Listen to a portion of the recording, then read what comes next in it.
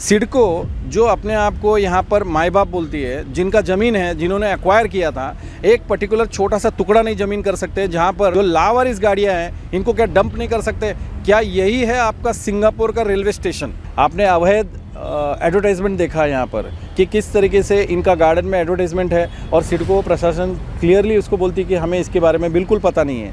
अभी मुझे एक बात बताइए दोस्तों, अगर ये सिडको का रेलवे स्टेशन है, सिडको इसको मेंटेन कर रही है, तो ये जो एडवर्टाइजमेंट जो आ रहे हैं ये कहीं ऊपर से टपक रहा है या एक्चुअली कोई इनका सरगना, इसका एक मोटा माफिया जिसको बोलते हैं कि एक बहुत बड़ा एडवर्टाइजिंग माफिया जो रेल्वे स्टेशन के अंदर एक प्रचार में और प्रसार में लगा हुआ है? मागे मी ड्युटी केली तेव्हापासून खड्डे खुड्डे आहेत इथं आणि आम्ही कंपनीत तक्रार करतो, कंपनीचे ते सिडकोला तक्रार करतात, पालिके म्हणते ही आमची एरिया नाही त्यामुळे पालिके करत नाही, तर हे माती उडतो आणि खड्ड्यामध्ये चालकांचा कमरेचा पण त्रास काही लोकांना होतो, चालकांना आमच्या, आणि माती उडून आम्हाला सर्दी खोकला आणि घसा आमचा बसतो, एवढं इथं माती उडते।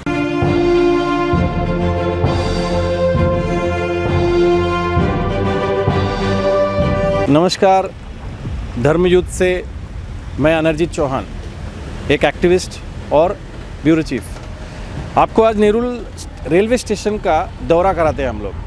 हमारा नेरुल रेलवे स्टेशन का हम पूर्व भाग में है इस समय, ईस्ट में।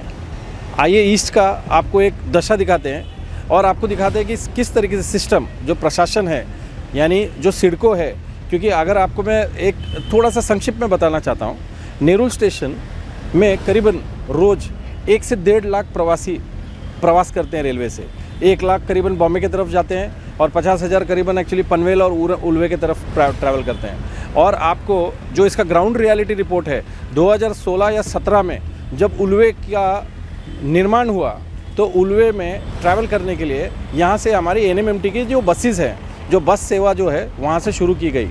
और आइए देखते हैं कि इसका रास्ते की जो दशा है आज वो क्या दशा में पहुंची है। एक ग्राउंड रिपोर्ट आपको दिखाता हूं।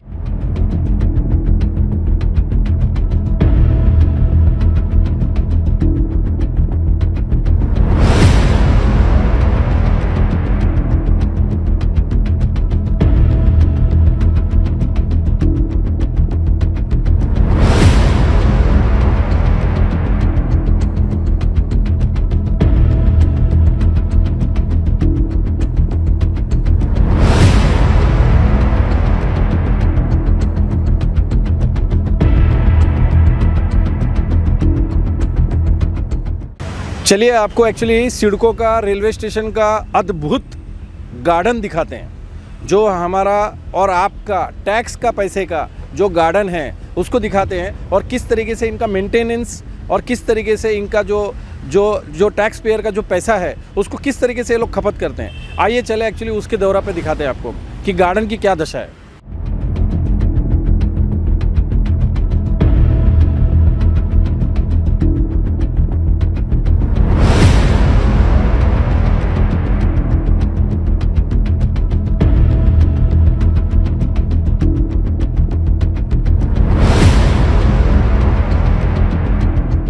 चले रेलवे स्टेशन का आपको तीसरा पड़ाव में लेके चलते हैं, जहाँ पर एक्चुअली मेरे पीछे पार्किंग हुआ है।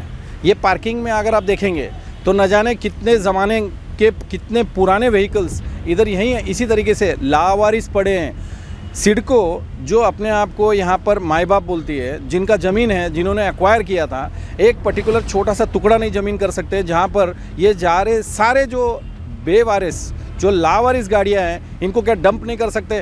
क्या यही है आपका सिंगापुर का रेलवे स्टेशन?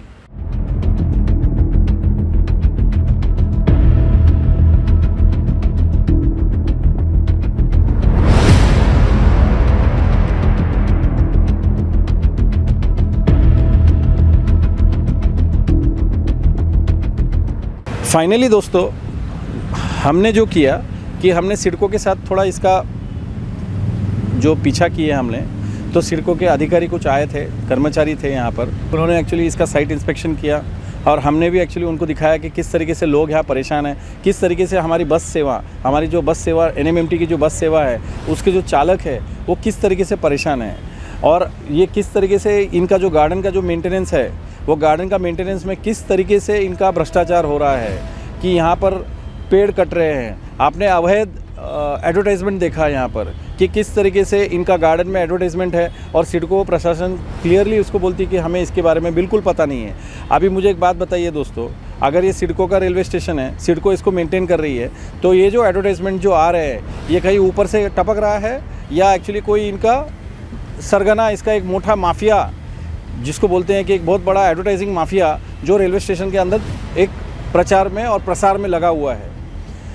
तो अब हम इंतज़ार करते हैं कि सिडको प्रशासन इसके ऊपर जल्द से जल्द कार्रवाई करे और एक्चुअली हमें जो सिंगापुर का जो सपना दिखाया था रेलवे स्टेशन, हर रेलवे स्टेशन हमारा सिंगापुर के जिस तरीके से होगा, बिल्डिंग की मेंटेनेंस एक्चुअली मेंटेन नहीं कर पा रहे हैं, रास्ता इधर मेंटेन नहीं है, ना गार्डन एक्चुअली मेंटेन है, लोग सफ़र कर रहे हैं, सफ़र SUFFER, इट इज़ नॉट सफ़र, ना प्रवास, ये है सफ़र।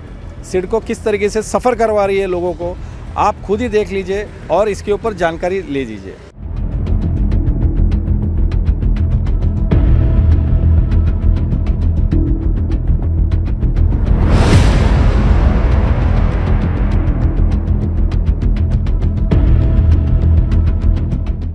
हे इथं खड्डे 4-5 वर्ष मी मागे बरेच दिवसांनी इथं आलो आहे. आता 1 तारखेपासून मागे मी ड्युटी केली तेव्हापासून खड्डे आहे तिथं.